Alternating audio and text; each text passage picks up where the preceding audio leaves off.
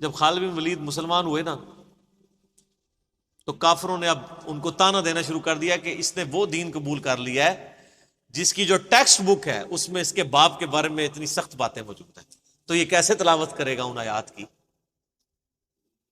تو سیدنا سالم جو بخاری مسلم میں آتا ہے 4 بندوں سے قرآن سیکھو، ان میں سے ایک ابن مسعود بھی ہیں، ابی ابن کعب بھی ہیں اور سالم بھی ہیں۔ یہ یعنی ینگ سے نوجوان تھے، ان کے پاس حضرت خالد بن ولید آتے ہیں اور کہتے ہیں مجھے قرآن سکھاؤ۔ یار اسلام بڑوں بڑوں کی اکڑ توڑ دیتا ہے، یہ عرب کے لوگ یہ غلاموں کو تو جوتی کے برابر نہیں سمجھتے تھے، اور کدھر اسلام ہے کہ وہ ایک غلام زادے سے کہہ رہے ہیں کہ مجھے یار قرآن سکھاؤ۔ تو انہوں نے کہا ٹھیک ہے، انہوں نے کہا سب سے پہلے مجھے وہ آیات سکھاؤ جو میرے باپ کے بارے میں نازل۔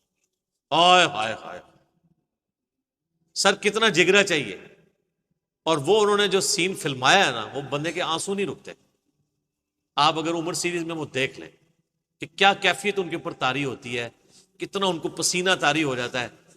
یار آپ ذرا امیجن کریں نا کہ ہم میں سے کسی کے ماں باپ کے بارے میں قرآن میں آیات ہوں کہ اللہ تعالیٰ فرمائے کہ اس کو ہم عنقریب دوزخ کے اندر جھونکیں گے جہاں وہ نہ زندوں میں ہوگا نہ مردوں میں، اور یہ کہنے والا اس کائنات کا مالک ہو جس کے اوپر کسی کی دھونس نہ چل سکتی، جس کا فیصلہ کوئی ریورٹ نہ کر سکتا، تو اس بندے کی کیا کیفیت ہوگی۔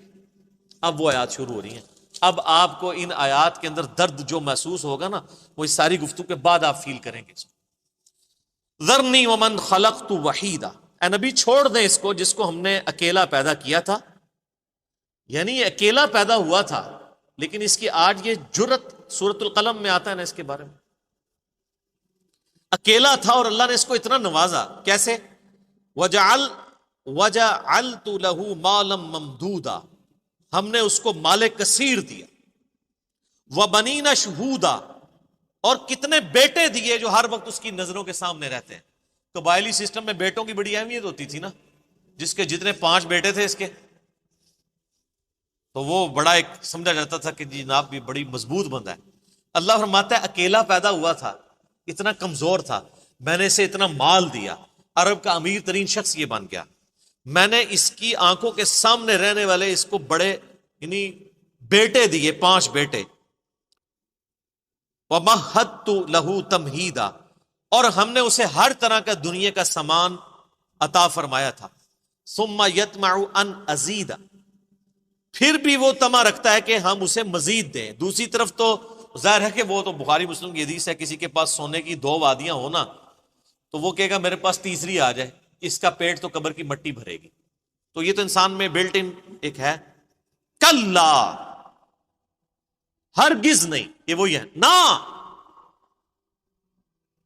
انہ کان لآیاتنا عنیدا، یہ ہماری آیات کا سخت دشمن ہے۔ سأرہقہ صعودا، میں عنقریب اسے مجبور کروں گا کہ یہ وہ کٹھن چڑھائی چڑھے، یعنی دوزخ کے اندر۔ آپ کو پتا دوزخ میں چند عذابات یہ بھی ہیں کہ پہاڑ کے اوپر چڑھایا جائے گا۔ سخت گرمیوں میں سر سیڑھیاں چڑھنا مشکل ہو جاتی ہیں، اور اگر کسی کو یہ سزا دے دی جائے کہ سخت گرمیوں میں اس نے 2-3 کلومیٹر اونچا پہاڑ سر کرنا ہے، تو یہ کتنا بڑا عذاب ہے۔ ان قریب ہم اسے چڑھائی پہ چڑھائیں گے۔ انہ فکر وقدر، بے شک اس نے غور کیا اور ایک دماغ سے کوئی بات طے کر لی۔ فقتل کیف قدر، اس پہ پھٹکار ہو اس نے کیسا دماغ لڑایا اپنا۔ ثم قتل کیف قدر، پھر اس پہ پھٹکار ہو اللہ کی طرف سے، یہ برباد ہو جائے اس نے کیسی بری بات سوچی۔ یعنی اس کے دل نے بھی گواہی دے دی تھی کہ یہ پیغمبر ہے، پھر بھی اس نے جان بوجھ کے اپنی چودراہٹ قائم رکھنے کے لیے کیسے دماغ میں پلان تیار کیے۔ ثم نظر، پھر اس نے نظر اٹھا کے دیکھی۔ ثم عبس وبصر، اس کے بعد اس نے تیوری چڑھائی اور ترش رو ہوا۔ ثم ادبر واستکبر، پھر اس نے پیٹھ پھیری اور غرور کیا۔ یہ اس کی ساری ایکٹنگ جو کچھ اس نے کی ہے نا اس مجلس کے اندر، یہ صحیح آپ کو پتہ ہی ہے نا، یہ نعت خوان بھی جو بڑے بڑے ہوتے ہیں نا، ان کو بھی آپ دیکھیں اسپیکر میں آ کے تھوڑی تھوڑی دیر بعد کر رہے ہوتے ہیں، کبھی کچھ نکال رہے ہوتے ہیں کہ اپنا تھوڑا روب ڈالنے کے لیے۔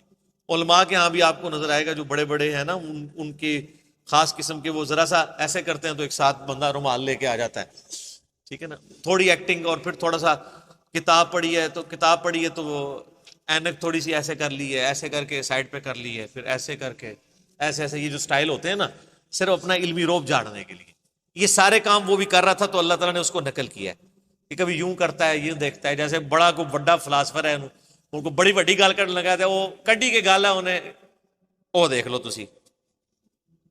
فقال ان هذا الا سحر یؤثر، ہاں یہ کہہ سکتے ہو یہ جادو ہے جو پچھڑوں سے چلتا آ رہا ہے. ان هذا الا قول البشر، یہ تو نہیں ہے مگر ایک انسان کا ہی کلام ہے. سأصلیہ سقر، ان قریب میں اسے جہنم میں جھونکوں گا. وما ادراک ما سقر، تمہیں کیا سمجھ گئے جہنم کیا ہے، یہ جہنم کی آگ کیسی ہے. لا تبقی ولا تذر، نہ باقی رکھے اور نہ ہی چھوڑے. قرآن میں آتا ہے ثم لا يموت فیہا ولا یحیا، نہ وہاں کوئی زندوں میں ہوگا پھر نہ مردوں میں. سورہ فرقان میں آتا ہے آج ایک موت نہیں کئی موتیں مانگو. وہ کافر کہیں گے اللہ موت آ جائے جان ہی چھوڑ دے، لیکن موت نہیں آئے گی. اللہم اجرنا من النار، اللہم اجرنا من النار، اللہم اجرنا من النار، آمین. اللہم من احییتہ منا فاحیہ علی الاسلام ومن توفیتہ منا فتوفہ علی الایمان.